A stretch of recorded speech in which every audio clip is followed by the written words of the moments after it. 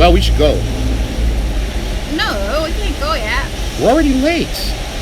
Look, it's pouring. The car's right... Oh, it's your hair, isn't it? Oh, come on. The car's only a few feet away.